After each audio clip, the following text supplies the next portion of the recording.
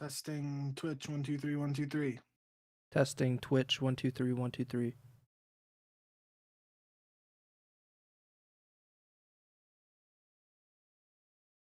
Alrighty.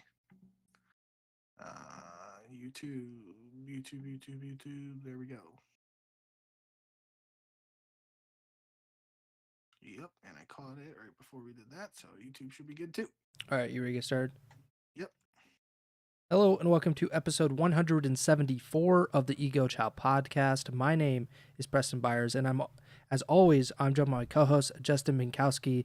And on today's episode, I will screw up the intro for the first time in years, I think, because usually I'm pretty good on this, even though I don't even have a script for it.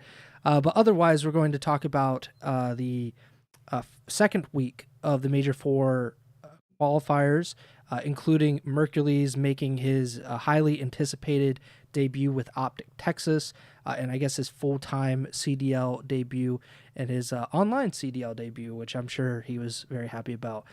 We also had a new Cloud9 New York roster pulling off a major upset, a much-needed upset for them as they continue on and try to make champs. And we had a lot more of these sometimes quick, sometimes not so quick matches this weekend. But before we get to any of that, how you doing, Bink?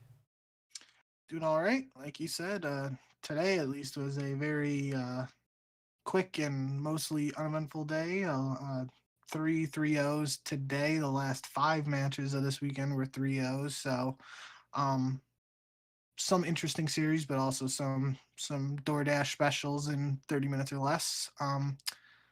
But yeah, like you said, Mercules made his debut, and we did get to see some other good stuff that we might as well jump right into. Yeah, so let's talk about these matches first. The first being Vegas versus Miami. Of course, the Vegas Falcons are all but eliminated from, I believe they actually officially are eliminated from champs contention, but they have been eliminated basically since, I don't know, February, March. It's been a while now.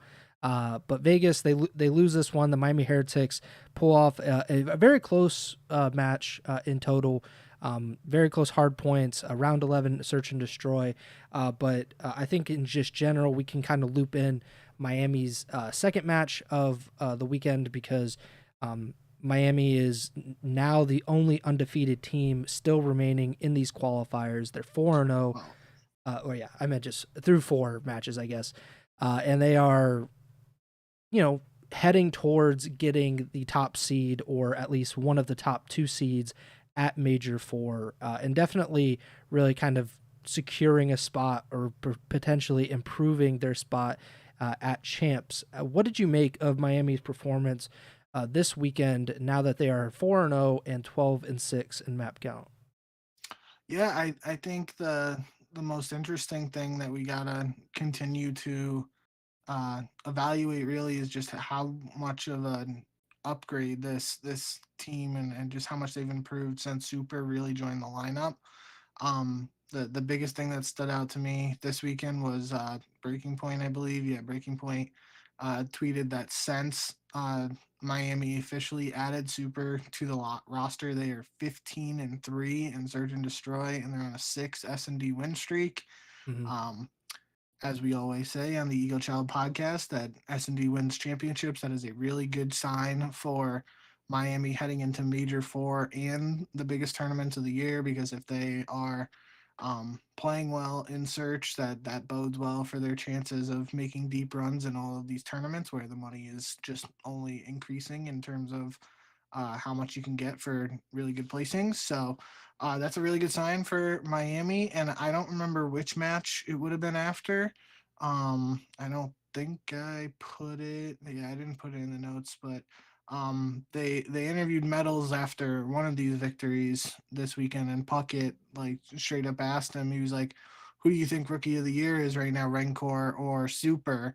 And I think Metals, like, it's got to be tough to be put on the spot like that and have to pick between 2 of your teammates. But I think he gave the most logical answer, and basically what we've been saying, he's like, you got to give it to Rencor right now just because he's played the whole season and Super hasn't. But I do think that becomes a little bit more of an interesting conversation if um, Miami wins Major Four and Super wins MVP. I think you might have to lean towards Super. And I also think now with Mercules in the picture, if OpTic wins Major Four and wins MVP, he would definitely have a strong case for Rookie of the Year, despite only having an even shorter sample size of matches this year in the CDL than Super. So we'll talk plenty about Mercules later in the show, but for right now, focusing on Miami, that's where my head's at with this team. Just really impressed with the S&D play. All of their hard points were a little like were very close this weekend. I mean, both against Vegas 250 to 230 and 250 to 220. And then against Cloud9, they lost Vault 250 to 222, and they won Skyline 250 to 204. So 4 hard points this weekend, and their uh, largest margin of victory was 46. Um, and in the two S&Ds they played, they were 6-4 and 6-5. So a lot of close maps for this Miami team. Obviously, they're going their way right now, but that is something we'll have to keep an eye on. That that's something we always talk about with like round 11s. I know we've talked about it with Minnesota and stuff like that, where just one round goes the other way, it looks different. So that is it's not necessarily like Miami is blowing teams out of the water, but 4-0 in the qualifiers is 4-0. They're going to have a really good seed heading into the major, put themselves potentially in an advantageous spot to make a run. I say potentially just because, as we highlighted last week, the 0-2 start for Vancouver and LA Thieves could put this winner's bracket in a little bit of a unique situation. If one of them gets like the 7th or 8th seed and Miami is first or second, that's like, a not necessarily the biggest advantage for a first round matchup, but that we still got some matches to play next week before we get get down to the nitty gritty of what the actual bracket will look like. Like you said, the S&D has been on point. Like the number you said, 15-3. That's their record since he's been in the roster. Super's been in the roster full time. And one of the underrated parts, and it's definitely the smallest part about this, but he's also been able to help Miami stabilize their control game. They were 7-15, I believe, before he came into the roster. They're 6-7 since. So they're not a great control team by any means. But when you're losing, 2/3 of those maps, and now you're losing about half, like that can make a difference over a long period as well. So they've kind of sacrificed a lot with hardpoint. They're kind of a below 500 hardpoint team, just below 500, and they were a little bit above 500 before, but the fact that they're winning nearly every single search and destroy map kind of makes up for that in a big way. And yeah, as far as the Rookie of the Year conversation goes, I don't know if people actually think like that. I just know that we have kind of thought about that, and the impact that you can make over an entire season. Mercury's case, it would have to be they kind of win out from here and win Major Four. Like anything else, like there's just no way you could even consider him. And even then, it would still be kind of hard to make that argument, especially if Miami continues to do what they've been doing over the last 4 to 5 weeks, or I think it's probably even a little bit longer than that. Since Super came in. So yeah, it's probably going to come down to ring core or just like the impact that Super has had. I think Xnid probably not going to win Rookie of the Year. Vegas, he'll definitely get votes. Just honestly, just there aren't that many options anyway.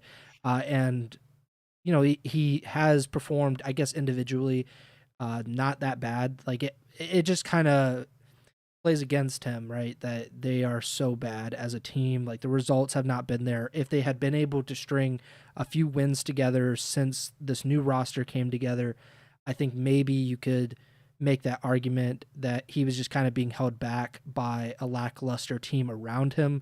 And you could still make that argument. I would definitely be open to hearing that. But at the same point, when there are rookies that are making a greater impact in terms of winning and having a lot more success, then I think he just is not going to be able to have a case, like a legitimate case to win Rookie of the Year. But we'll see what happens in regards to that. But yeah, Miami now is 4-0 in these qualifiers. They are atop the standings simply because of the Toronto Ultra, who are also undefeated in these qualifiers. They are just 3-0, so we'll see what happens with Toronto in this final week. Miami also has one final match in these qualifiers, and they have a really good shot to go 5-0 considering how poorly Carolina has been since this roster change. Anything else on Miami before we move on? That was the only thing I was gonna. So I think the interview with Metals was after their second match because I believe they mentioned that now in the CDL standings, Miami is in 5th place. They jumped Carolina. Miami is at 225 CDL points and Carolina is at 220. So I believe they mentioned that before asking Metals about the Rookie of the Year, and so that means it was probably after their second match, which was against C9 yesterday on Saturday. So if anyone wants to go back and watch the interview, that's probably where it is. But yeah, the fact that not too long ago we were saying, although Carolina was struggling against the top teams, it seemed like they were pretty much locked into a champ spot, and now Miami, who is in that little cluster with OpTic and Boston, like not Miami wasn't as low as OpTic, but they were like in that sort of, I'll just say, bubble for lack of a better term, in terms of a team that isn't guaranteed champs, but isn't like necessarily on the outside looking in. So they're definitely doing themselves some favors here by capitalizing on these qualifier matches, and now the fact that they even jumped Carolina is that can't go unnoticed. Yeah, just to illustrate that, in the Major 1 qualifiers, they finished 8th or tied for 8th, 2-5 record. Major 2 qualifiers, they finished in 9th with a 2-5 record. So they were 4-10 in these qualifiers before they brought in Super. In the Major 3 qualifiers, they went 4-1, tied for first place. Now they're 4-0. They're atop the standings right now, but like they're very likely to finish at worst like second or third in these qualifiers.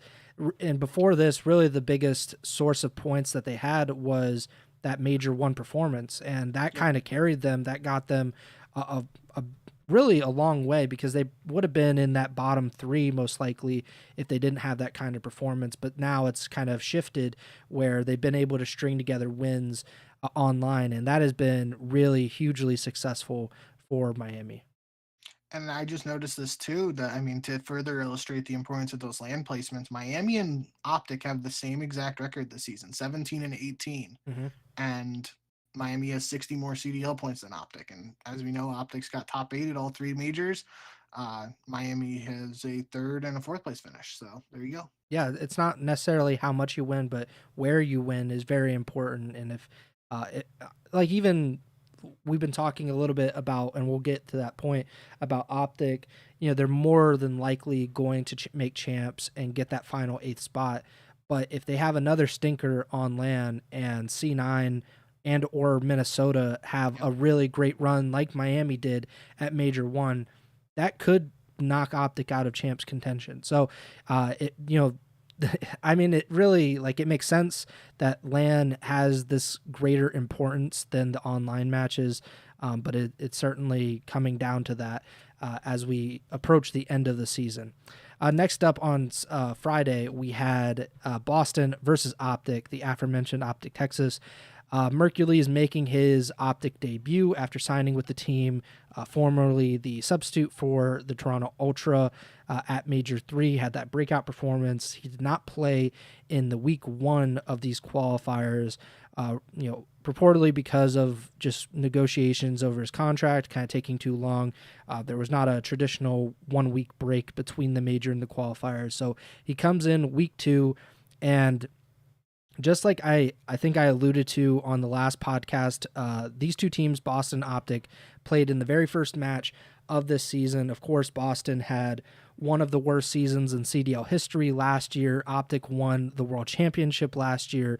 So coming into this, or coming into that match at the beginning of the year, you thought, okay, OpTic is going to crush Boston. Of course, Boston turned around and won that match and has had a great season since then, at least according to their standards. And then coming into this, Mercules, a lot of well-founded hype, a lot of excitement around his debut. Boston has been, kind of floating in the middle. They're in 7th place. They've been in, that 6, 7, 8 spot for most of the season now. Certainly not one of the top teams, but they have the ability to beat some of the top teams, which could be almost as important. And they come into this match, and with all the hype around Mercules and OpTic, they end up beating OpTic Texas and Mercules in his first match with his new team. Nearly reverse swept, though. OpTic did make a furious comeback, and then Boston closed it out on Hacienda Search and Destroy. What did you make of Mercules' debut, and what did you make of my Boston Breach boys? Yeah, I mean, OpTic it took a little bit to get going in this series in particular, but really Mercules absolutely just dominated maps 3 and 4 in particular. Went 31 and 20 map 3, followed that up with 32 and 14, which is over a 2 KD in the rewind hardpoint, which OpTic won 250 to 120. So, not quite a 100-point club, but pretty close. Just came down to the searches, and that's I'm not going to say that's to be expected because there was some we've talked about Mercules being an S&D kid, and um, he looked good in S&D with Toronto at uh, Major 3, but we talk about on the podcast, numerous times with other roster changes, S&D is just the way roster changes work. Teams focus on the respawns and scrims and practice and stuff right after making a respawn or a roster change, so it's not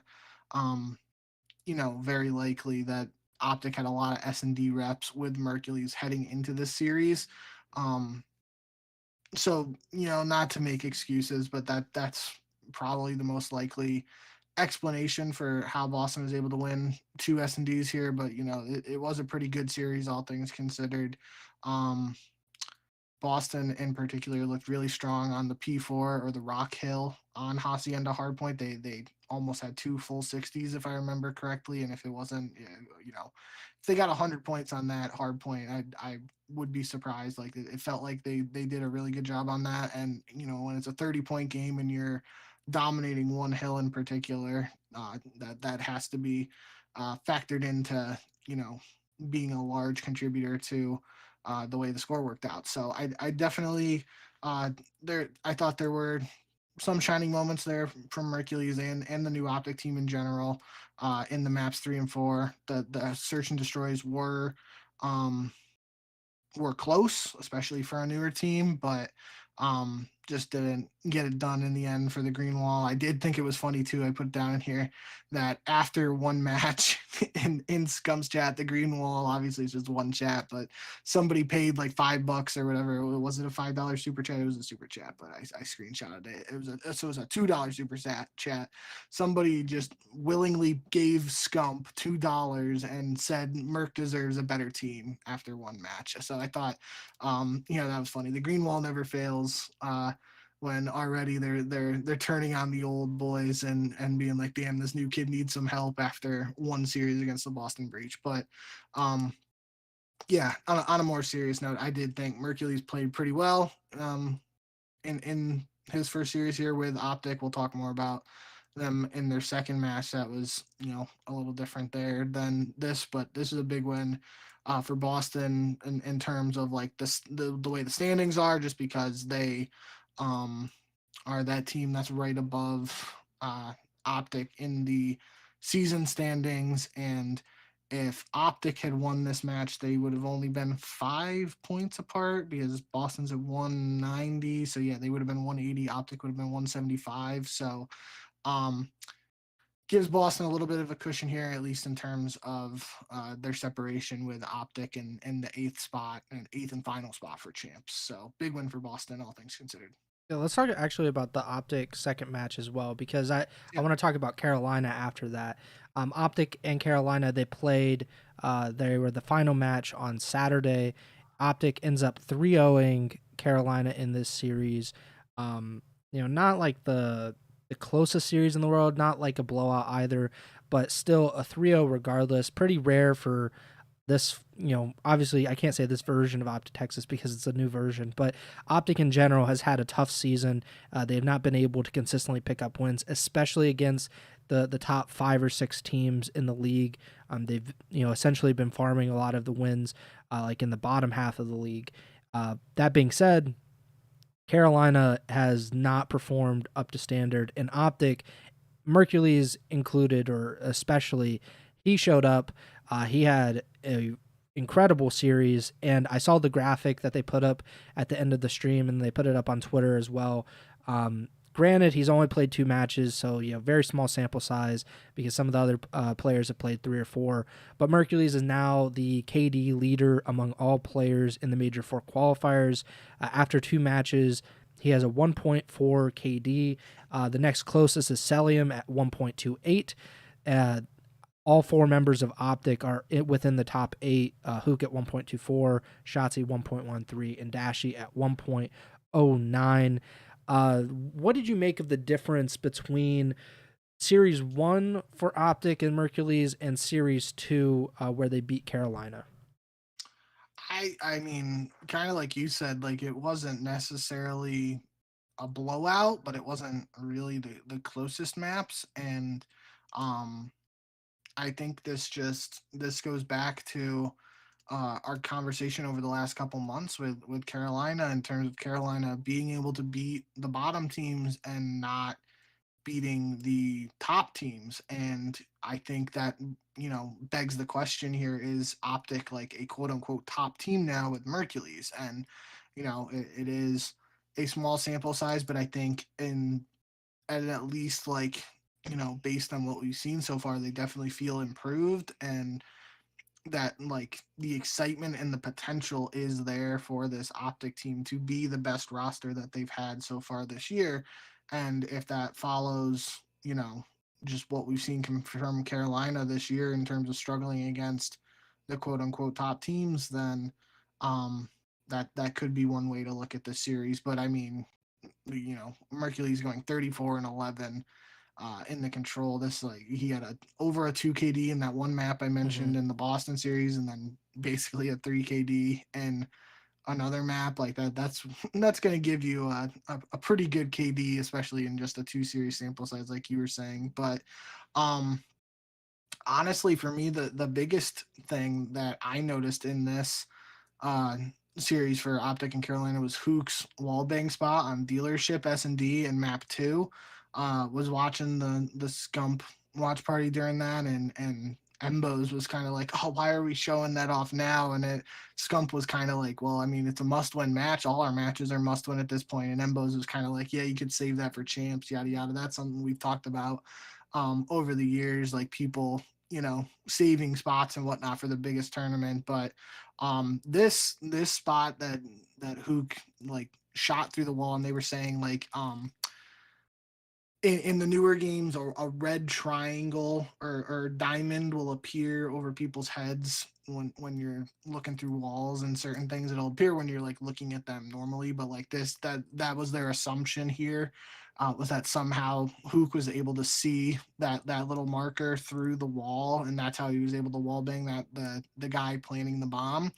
And I think that just the fact that this has been shown off now, that might like completely deter teams from playing dealership, at least at the tournament. We might see it still in these qualifiers as teams like want to get more reps on it, but I wouldn't be surprised if either we start to see more teams just decide not to play dealership now, or if we do see them playing it, they go towards that other bomb site. The problem with the other bomb site is that's the one that is surrounded by a ton of cars, and if you just save your nades and throw nades at that site, you might get a lucky car bomb or something like that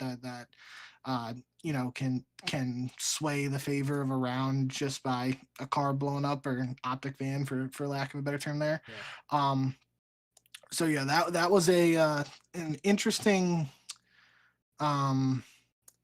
I'm not gonna. I mean, like I was saying, OpTic's got to win these matches. So Hook probably wasn't even thinking about like, saving it or not saving that spot, but it is. Sure, I think sure. that just that one round could have some serious implications for how much we see dealership the rest of the year. Or it could have just been a thing that, a lot of these teams knew about and we just hadn't seen it yet. And that's why like the community and the commentators are overthinking it. It's very possible that a lot of these guys did know about it and we're just seeing it for the first time. But that was definitely something that caught my attention during the game. Let's shift to Carolina because they're a team we have discussed a lot this season. I would say positively for most of the year, and rather or relatively negatively over the past month and a half. They are now 1-5 since picking up Rex, dropping Vivid and picking up Rex in his place. The Obviously we talked about it at the time when they made this roster change. We asked the question, or we had this discussion of like, is it worth it to make the leap for it? The trying to risk it by messing up team chemistry potentially to try to beat these top teams. I forget what the record was, but it basically was Carolina slaughtered pretty much every team below sixth place in the league, and everything above it they lost those matches, and that was pretty much why they were in the place that they were going into that roster change. They end up dropping Vivid, who statistically had been the worst player on the team. He had been kind of much maligned for most of the season, especially when they would lose, but they were still winning a lot of these matches. But since they dropped him, they picked up Rex, who has been in Challengers for a long time and hadn't been given a CDL shot in a while. Since then, they're 1-5. I should mention, though, in something that you kind of alluded to, maybe OpTic is a top team because the 5 losses are twice to LAT, which I think could be kind of disregarded because Carolina could not beat LAT before they had Rex either. But then they lost to Minnesota, which that's kind of like the concerning loss out of these 5, or the most concerning loss. Then they lost to the Toronto Ultra. Their one win was last week against the Boston Breach. They 3-0'd Boston. And then this weekend, yesterday, they lost to OpTic 3-0. So I posed the question to you because you said, I believe, like Major 3 was a wash. Like nothing that happened there, at least negatively, could impact your kind of thinking on that roster change because they made that roster change like a week and a half maybe before they ended up going to the Major. So they don't do well at Major 3. Even the first few matches of Major 4, I think, with especially them playing LAT, that's kind of a wash anyway. Now that we are 2 weeks into the qualifiers, we're only 2 weeks away from Major 4. How are you feeling? Is there a level of concern for you around this roster change for Carolina? I mean, there has to be, just because, like you said, the way that I was thinking about it at the time, the move happened heading into the last week of Major 3 qualifiers. Carolina had already played 4 matches up to that point. Their only match remaining in those qualifiers was against LA Thieves. They couldn't beat them with Vivid. They still didn't beat them with Rex. Then they play them again at Major 1. Carolina plays LA Thieves again, round 1 at Major 3, and they lose again. So I just, it was really hard to get a grasp for what kind of impact Rex was having with this team, considering just the very brief time he had to play with these guys, and the level of the opponent they were going up against. And like you said, they weren't beating LA Thieves even before the Rex move. So, um, but yeah, now it's just, the bigger thing with Carolina in my eyes is the hard point seemingly was a little like here and there, like a bit of a seesaw at different points this year.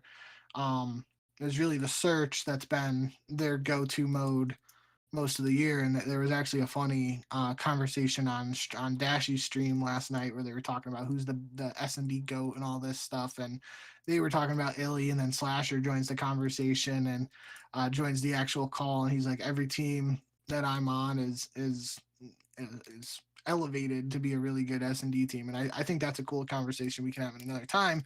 But that was really like the thing with this Carolina team. And I did say when they had Vivid on the roster, like I think very highly of Vivid as an S&D player. And it was going to be interesting how the replacing Vivid would impact the S&D. I know I said that at the time of the move. So yeah, I mean, if they were already a team that was struggling at points in hard point, and then they bring in Rex, and the hard point doesn't like really improve, and the search seemingly, I don't want to say it took a hit, but it's just not the same sense. Rex has been in the picture. That's also again skewed by some losses um, to LA Thieves.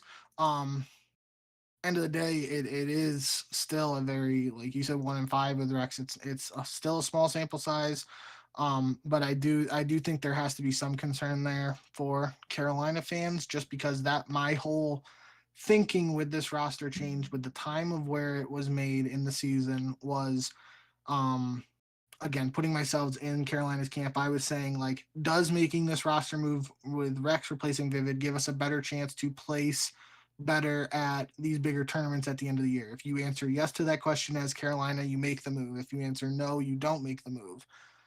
And we don't know if that's what they were thinking, but I feel like there had to have been some level of thought put into that.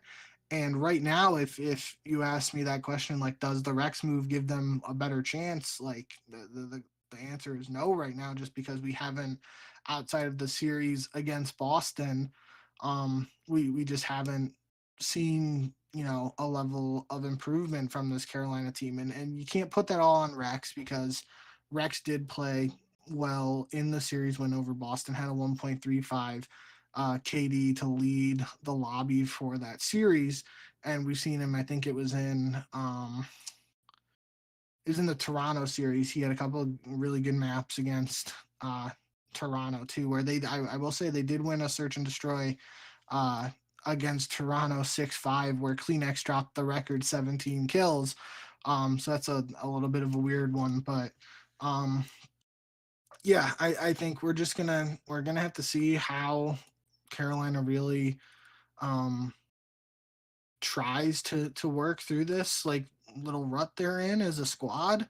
The clock is ticking though. They don't have that many opportunities, but at the same time, if they are in this position where they should be at champs, maybe they just hit that reset button with the break after Major Four and heading into champs, and they really just start grinding out and continue to build chemistry with a guy who, at the end of the day, they've played less than a month with Rex. Um,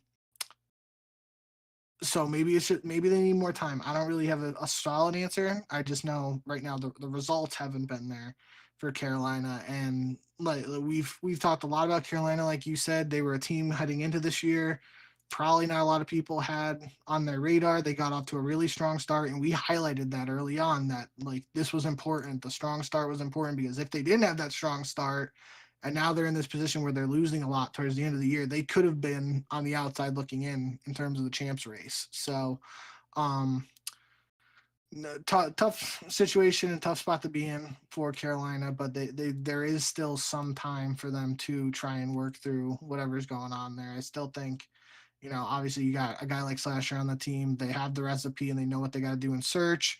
If they continue to work through the hard point, and Gwen plays to that superstar level we know he's capable of, maybe even TJ shows up to that star level we saw really early on in the season, especially at Major One. The potential's there for Carolina to turn things around. The numbers before they made this roster change, so this is for the entire season. They were 27 and 24 in hard point, so that kind of illustrates your point about it was up and down, a little over 500, which makes sense because they were pretty good in hard point to begin the season. Then it started to slow down. S&D was by far their strongest game mode, 25 and 14 on the year, and then they were 15 and 16 in control, so just below 500 in the third game mode. Since the roster change, they are 1-7 in hardpoint. So obviously, it's dropped off a cliff in terms of win-loss percentage. They are 2-4 in S&D, which is even more concerning because they had, like a 55-60% win percentage in search, and now they're like 33%. And then they have the same exact record, 2-4 in control. So that's the least important out of all of this. But I wanted to because I think it's kind of unfair to say, okay, you played LAT twice, you played Toronto, you played this new OpTic roster, and like, so that you could say, well, just looking at how good of those teams, or how many good teams you played, I think it's unfair to compare it across the whole season, because they played Vegas a bunch of times, and the early part of the season they played some of those really bad teams like LAG, so they've been able to get wins. So I just looked at the matches that Carolina had played against those, I believe, 5 teams, which was LAT, Minnesota, Toronto, Boston, OpTic. I looked at everything before they made this roster change against those teams specifically, and in total, their hardpoint was not very good, as expected, because they played LAT, and LAT is kind of like 3-0'd them every single time except one time, and those hardpoints haven't even been close in a lot of instances. So they were 5-12 against those teams in hardpoint. That being said, that's way better than what they're on pace for right now. They're 1-7 to reach 5 map wins in hardpoint. At this point, they'd be like 5-35. So I don't think it's working out in their favor on that front. S&D, again, is the most concerning. Like I said, so far with this new roster, they're 2-4 in search. They were 9-4 against these teams in search and destroy with Vivid, and then control, they were 4-7. So I think it's kind of a wash at that point. So I just kind of wanted to back up those numbers, because I could understand if those numbers stayed the same, then you're like, okay, like it's whatever. Maybe it'll get better as time goes on. I think it's really concerning the fact that against these same teams, they've had worse results. And again, a little bit to be expected, considering you're essentially throwing away months of team chemistry and team building with Vivid, and then you're bringing in Rex for the final 5-6 weeks of the regular season, and then maybe 9 to 10 weeks before champs. So like there could be a big jump in performance as we see this next, especially between Major 4 and champs. But from what we have seen of Carolina since making this roster change and bringing in Rex, I'm officially concerned. And I think that Carolina fans probably should be a little concerned as well about how this end of season is going. And like you mentioned, especially with the standings, they're very, very lucky that they did so well earlier in this season, because right now they are 30 points ahead of Boston, who they beat in these qualifiers. So that's good, because if they hadn't, this would be a 10-point difference between Carolina and Boston for 6th place. They have a chance, I should say, because they play 2 matches this week, once against Miami. Carolina does have the ability to finish these qualifiers in 5th place in the overall standings if they do beat Miami. So that there's something to kind of work for Carolina in the qualifiers. We'll see what happens at the major, but if they begin the major again in the losers bracket, I just don't see it going their way. They're probably going to play a tough team in losers round 1. And if you come away with 0 points at the major, we've seen how detrimental that can be to your champs seeding and the CDL points overall this season. I mean, given their track record against top teams, like last major, they started in winners bracket, but they might as well have started in loser bracket, because they played LAT's round 1. So like if they finish these qualifiers, even if they do get into the winners bracket as one of the lower seeds, and they play a top team that they've struggled against, then it could be a difficult major for them. Especially because some of the top teams have underperformed in these qualifiers. So teams like LAT and Vancouver, who have more often than not had Carolina's number, they are at the same record, and they're just above them in the standings. So it's very realistic for one of those teams to drop down the loser bracket and play Carolina round one, which is worst case scenario for the Royal Ravens. And then the last match on Friday was inarguably the biggest upset of the weekend. Atlanta and C9. We talked about it last week, how Atlanta kind of looked like they were back. They looked like, all right, like screw this, we're not going down without a fight. Actually, they didn't have their best performance at Major 3. I think there was a little more doubt cast upon them after obviously winning the first two majors, looking like a really strong team to finish the qualifiers in every single instance. This time, though, they start off the qualifiers really well, and then they lose to C9, who is in 10th place in the league. They have really struggled in a lot of these online matches in particular. But C9 New York, with this new roster, they beat Atlanta 3-1. They lose the S&D red card search, but they come away with a 3-1 victory. What do you think is this? I don't want to ask, is this concerning? Because I think the answer, especially with FaZe, is generally no, it's not concerning. Does it say anything about FaZe, though, that they seem to have kind of these slip-ups in the qualifiers? Like, usually it's happened at the beginning of the qualifiers where they start 0-1 or 0-2. This time they start really well, and then they have the slip-up against C9, undoubtedly an inferior opponent. Does that, does that mean anything for you with FaZe? No, not really. I mean, the map won in this series for Cloud9. Everyone on Cloud9 did go negative, and Stell has a 42 and 26 performance, and Cloud9's able to win that one 250 to 223. I think overall it highlights the Atlanta hardpoint issues that we discussed previously. They aren't totally rectified at this point. If Atlanta is losing two hard points to a team like Cloud9, they win the search 6-1, which that was,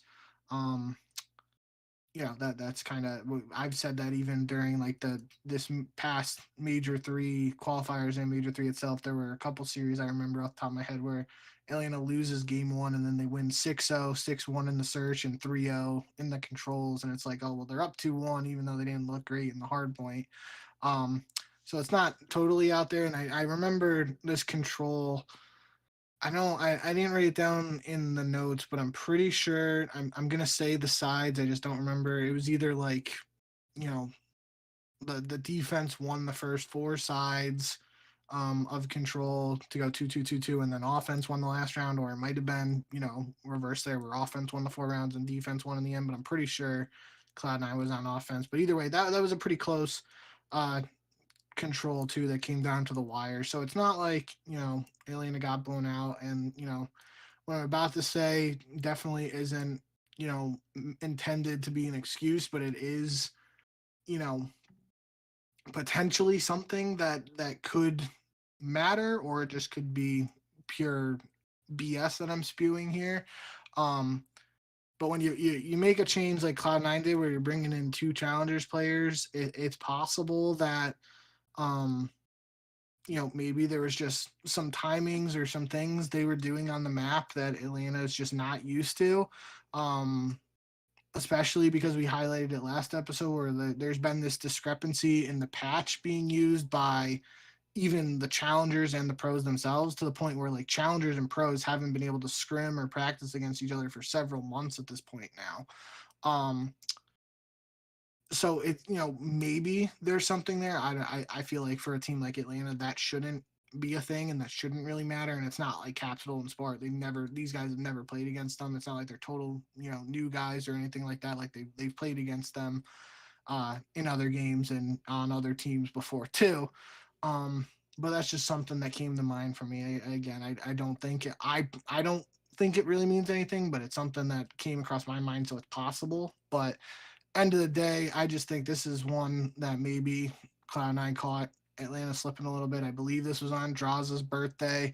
Yeah, it was. Maybe Atlanta was coming in riding the high of those wins over Vancouver and LA Thieves, and we're just like, they were kind of just not taking this. I don't want to say they weren't taking this match seriously, but maybe they were kind of just like, Not prepared, really. not.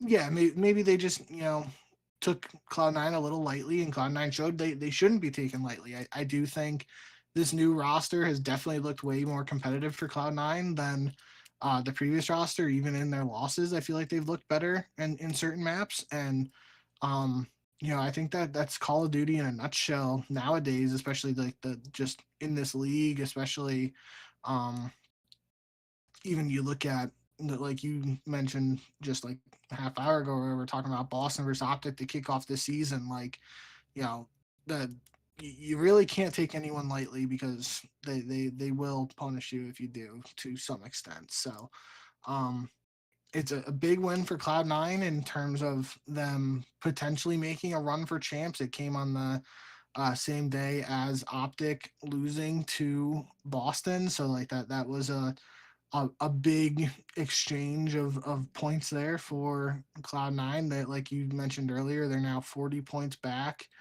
of OpTic Mm-hmm. for CDL points, and they're tied with Minnesota. So that does put a little. It's not only a one match difference. They still have to go on a really strong run to end these qualifiers, and they have to do very well at Major Four, and OpTic have to really struggle at Major Four.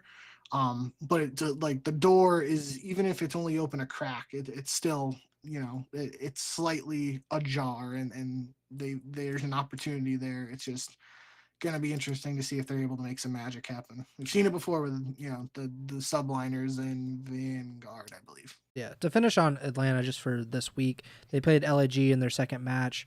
Yeah, Understandably, they swept them, but that S&D, the rewind search was ridiculous. Like yeah, LAG down 3-1, then they win 4 straight rounds. They're on map point, and then they lose 6-5. They lose the final 3 rounds. They get round 11 by Atlanta.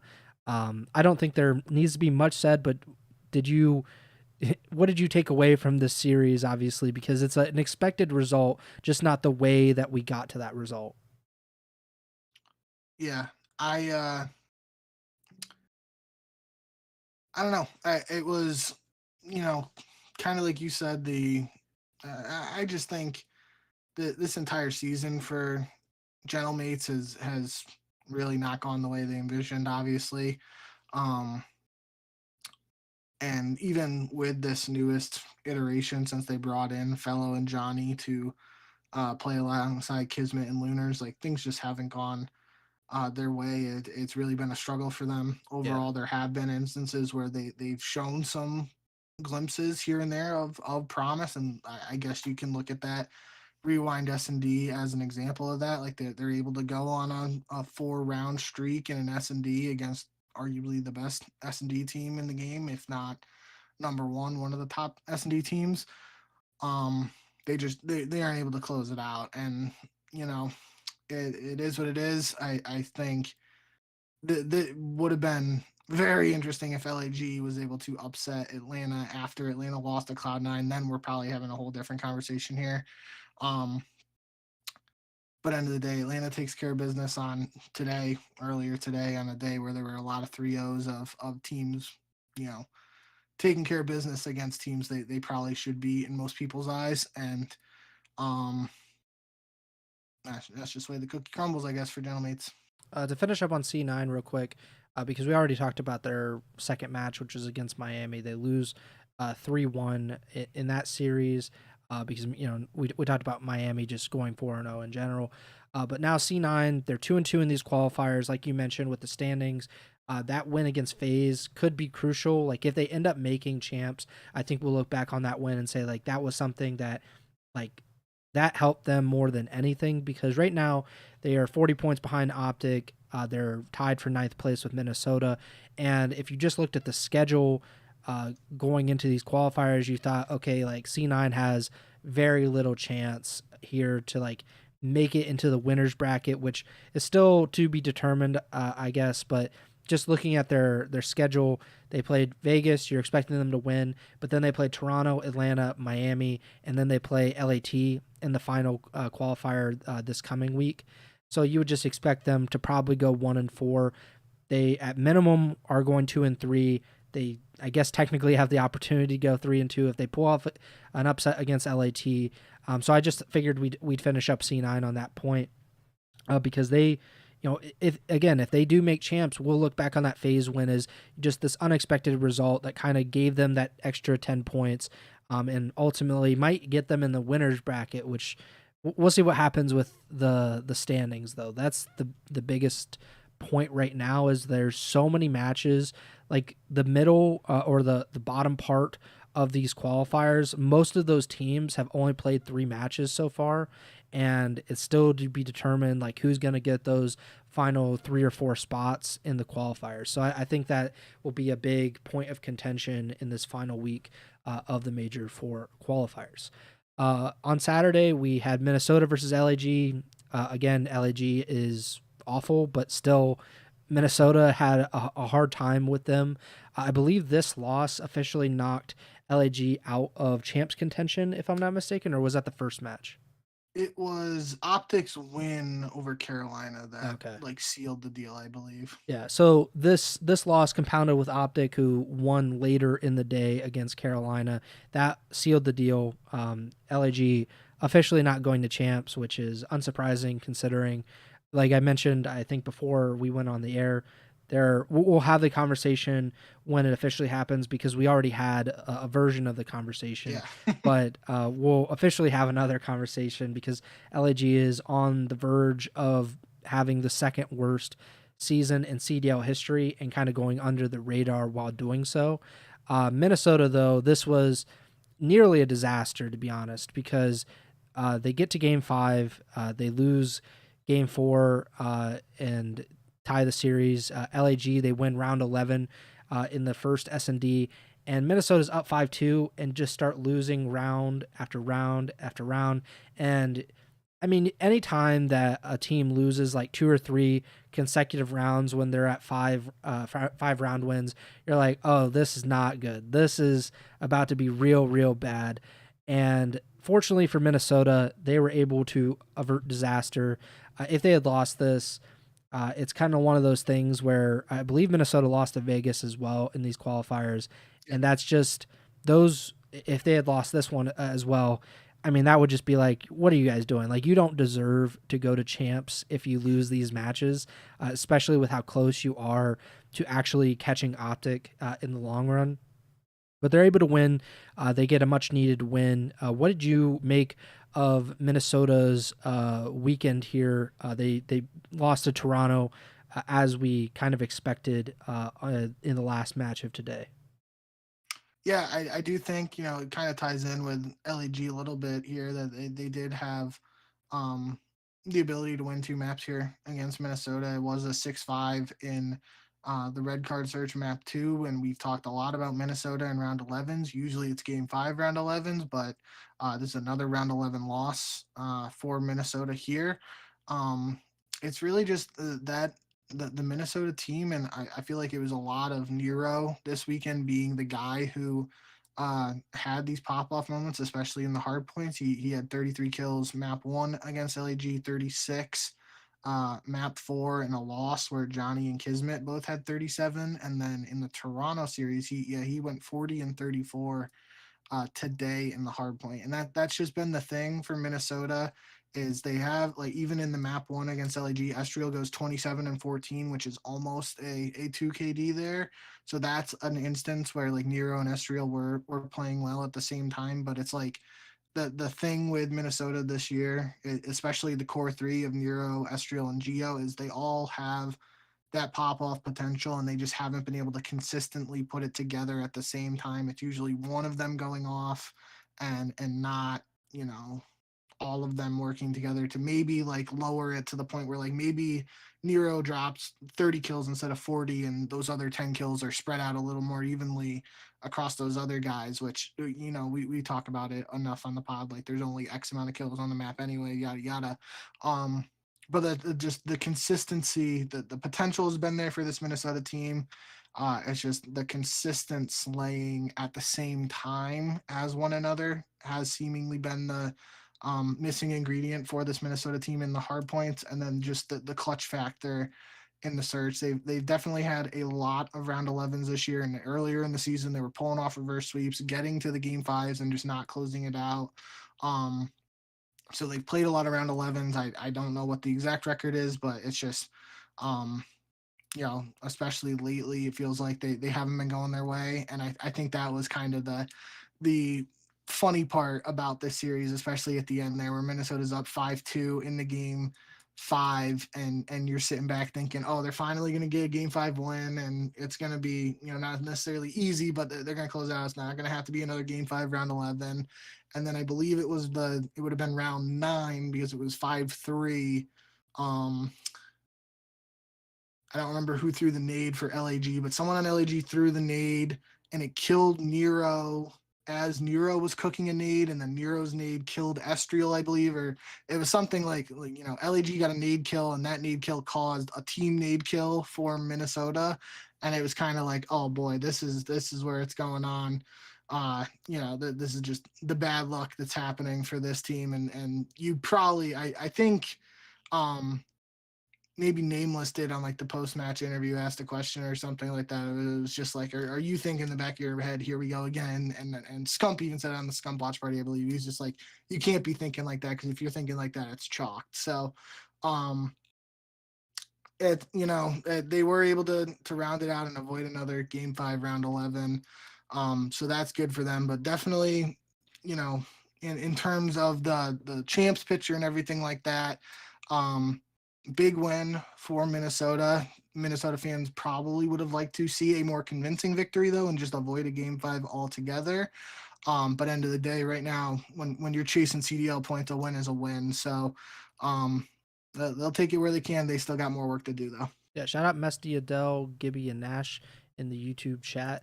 I was actually looking up what their Game 5 record is, Minnesota. So I guess they're 6-9 on the season, but they are, like, if you think about it, like, they've only won 12 matches this season, so half of their wins are Game 5 wins.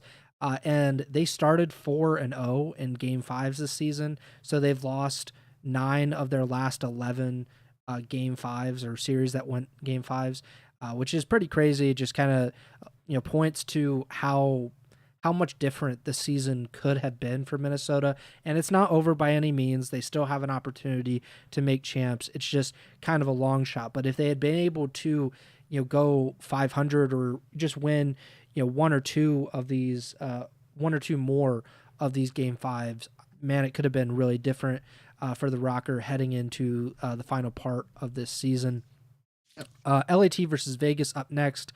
We talked about Vegas, their first match. They get stomped here, like it as expected. Like LAT is the best or second best team in the league, regardless of what you think about Atlanta or Vancouver. Like, they are one of the top 2 teams. Vegas is the worst.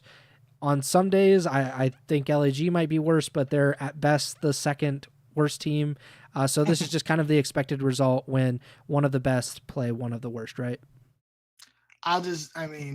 It had to feel good for LAT, I guess, in the grand scheme of things, just because of that week 1 they had in these qualifiers going 0-2 with losses to Atlanta and Miami, I believe.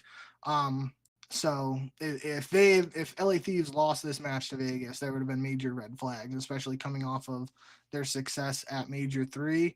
But this is a game, like a get right game, or however you want to phrase it. Like we talked about it, earlier in the season, where we talk about like college football teams scheduling those matches early in the season before they have to get into conference play or whatever. Obviously that's not the case here, because the schedule was planned months ago, but considering the teams LAT played last week, they see this on the schedule, they gotta be like, okay, we gotta win this one, get back on the right track, and they did that. They took care of business, 3-0 quick series. Yeah, not much we got to talk about here, I don't think. Yeah, it's a tune-up game. This is Alabama playing the Citadel. This is just one-way traffic, basically. Carolina and OpTic we talked about, and then the Sunday matches were, I mean, really the final 5 matches, I believe. So Yep. the final 2 matches on Saturday, and then every single match on Sunday were 3-0. DoorDash, all of that stuff is pretty incredible. Like you said, like this ended today at like 6:00 p.m. Eastern. So the matches were only on for like three hours or so. And I don't know, maybe they were just like, the NBA playoffs are on, like let's get everybody out of here. But yeah, that did not. I mean, none of these matches were like particularly competitive. Like there were certain maps, right, that there were, it was kind of back and forth. Like in the first series of the day, the hard point was like decently close. Like Purge, my boy, dropping 40 kills, but that was the closest map of them all. Was a 250-189 hard point win, so a 61-point victory. In that second match of the day, Atlanta versus LAG, which we already talked about, that went to round 11. And then in the last match, Minnesota versus Toronto, it was the hard point, 250-228. Toronto wins. Of these matches, like, did anything jump out to you? Because I guess these are all the expected results. Like we had Vancouver and Boston. Even with Vancouver struggling to begin the Major Four qualifiers, they're still a vastly superior team to the Breach. LAG versus Atlanta, enough said about that. And then Toronto versus Minnesota, they're kind of in the same boat as like Vancouver and Boston. Toronto, even at their worst, has been better than Minnesota this entire season, and it just kind of worked out that way. So what did you think of this very brief, very one-sided Sunday? Well, I just went and looked at the CDL YouTube, and the VOD for today's stream is 5 hours and 23 minutes, which even if they started it at 2 Eastern with the matches starting at 3, 5 hours and 20 minutes, that would have, if they started at 2, that would have been 7:30, and we started this podcast at 8. So like, I know the matches weren't going on still at 7:30 because I had texted you, or you had texted me before that. So I don't know how that maybe an hour before, an now. hour after, maybe. Maybe, but even then it seems a little off. But then I look at the VOD for day 2, which was yesterday, Saturday, and that's 8 hours and 1 minute. So maybe it is just, running before and after, because even yesterday wasn't an 8-hour day. It was 4 matches, but regardless, very quick day today, all things considered. I do think the Vancouver match was the one that stood out the most to me, in the sense of being comparable to the LA Thieves versus Vegas match we just talked about. Vancouver gets off to that 0-2 start in these qualifiers after making it to the finals of Major 3 and Major 2 for that matter. So getting a win on the board here was important for their, aspirations. I don't think aspirations is the right word, just because they are a top team, but like if they wanted to make winners bracket of Major 4 and they lost this match to Boston, they would have been 0-3. It's tough for 2 and 3 teams to all make winners bracket, just given the tiebreakers and whatnot. So this was a big win for them in terms of turning things around from just the brief little 0-2 week last week, and important in terms of trying to make winners bracket. But like we said earlier, with both them and LA Thieves going 0-2 in the previous week, now being in 1-2, I am excited for after next week, which will be the final week of online Call of Duty for this year. I'm excited to see how the top 8 seeds break down, especially where Vancouver and LA Thieves are if they do make winners bracket, because that could give us some spicy round 1 matchups in winners bracket. Yeah, let's talk about the Major 4 qualifier standings before we go into this final online pick'em of the season. So at the top, like we mentioned earlier, Miami has 40 CDL points. They're 4-0. Toronto and Atlanta are technically tied for second, but Toronto has only played 3 matches. They're 3-0. Atlanta is 3-1. OpTic Texas is in 4th place at 2-1. C9 New York has the same number of points, but they're 2-2 in 5th place. And then we have, I think it's 5 teams at 1-2 currently. So LAT, Vancouver, Carolina, Minnesota, and Boston are all 1-2. They have 10 CDL points. That is 6th through 10. And then Vegas has also 10 points, but they're 1-3 instead of 1-2. They are in 11th. And then coming in at 12th place, 0 CDL points, LAG. They are 0-3. Technically, they have the opportunity to at least get one match win. Technically, two. I do not see that happening.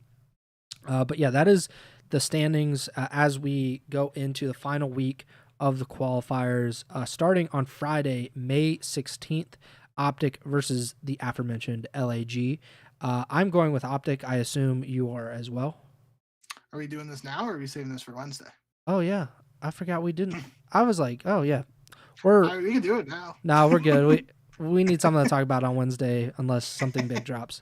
Yeah, I was zoning out. I literally thought we were about to go into the pick'em. But yeah, so pick'em.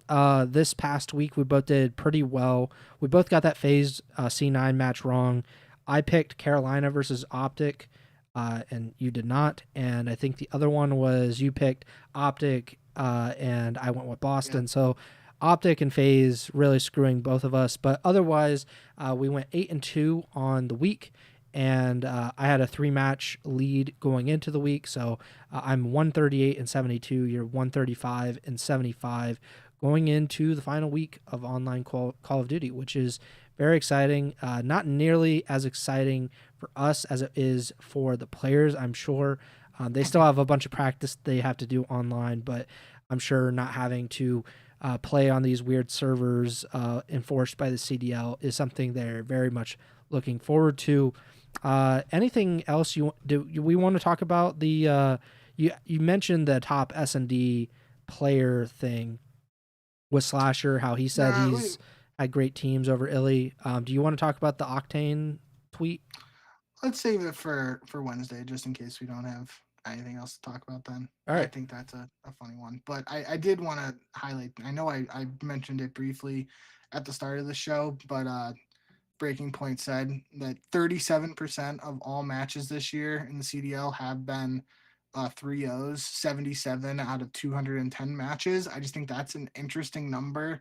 I would like to see how it compares to other seasons and stuff, but I do think, just thinking about it out loud, it seems like it could be, there could be multiple ways to look at it, because I feel like in previous years there would have been more 3-0s because the top teams were so much better than more teams.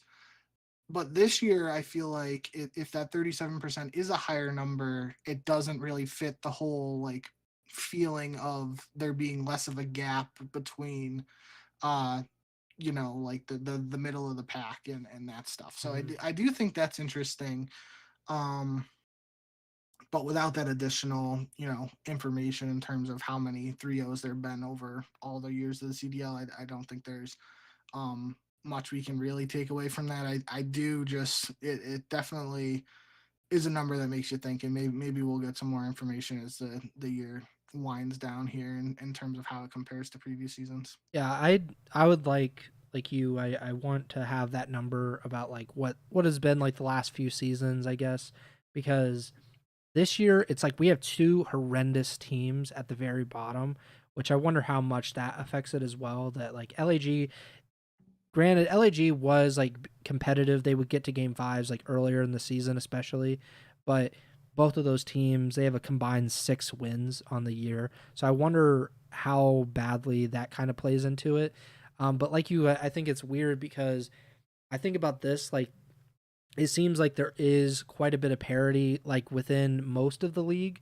Like the top 10 teams, let's say, are not crunched together, but there has been a lot of fluidity, especially like 5-10 this season, where I feel like sometimes there is like a pretty clear like 5-8, and I just don't see that being the case so far this season. That being said, like we have had 2 teams that are like much better than the rest for the entire season, that being Atlanta and LAT. And then those like 3 through 6 have kind of like shuffled in and out. Vancouver was not a part of that group for a chunk of this season. Miami, which is now a part of that group, was also not, in that or among those teams for a chunk of this season. So yeah, I'd be interested in hearing what it looked like before, especially when we had like 4 legitimate like champs contenders, where I don't feel like that is the case this season. Like maybe you can make the argument for Toronto. I don't see that. I would say that there's probably 3 right now. But we used to get Atlanta, LAT, OpTic, New York, and Toronto. Really could have had 5 champs contenders, sometimes not at the same time. But yeah, I would be interested in hearing what the stats look like over past seasons as well. But yeah, that about does it for this week's show. We would not do the pick'em like I was just about to do a few minutes ago. We will do that on Wednesday, May 14th, I believe. Make sure to subscribe, like, and follow the podcast feed wherever you're listening or watching on. We're on Apple Podcasts, Spotify, Amazon Music, and YouTube. Please subscribe to the YouTube channel. You can go back and watch the videos. You can also do that on Spotify as well. You can watch the videos of the podcast dating back to 2021, I believe, was our first season. Maybe 22, 21, it seems right. Because we didn't do the first season of the CDL, which was 2020, but we did it starting with the second season. So you can go back to 2021, which feels like 104 years ago instead of just 4. And you can watch them all on YouTube or Spotify.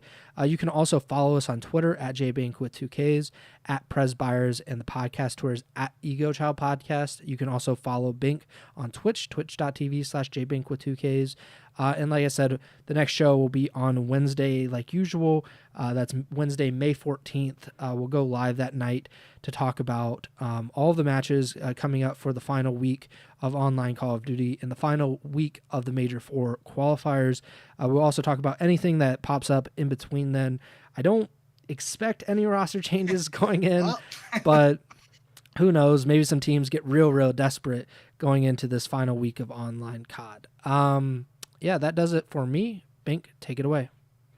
Yeah, that's what I was gonna say. I don't think there's likely going to be any roster changes, but especially with the OpTic situation throughout this entire season, I have not had a very good read on when teams are and aren't going to make change. So me saying there aren't going to be changes might mean there will be something for us to talk about this week. So we'll have to wait and see. But end of the day, today's action, second to last week of online matches in the book.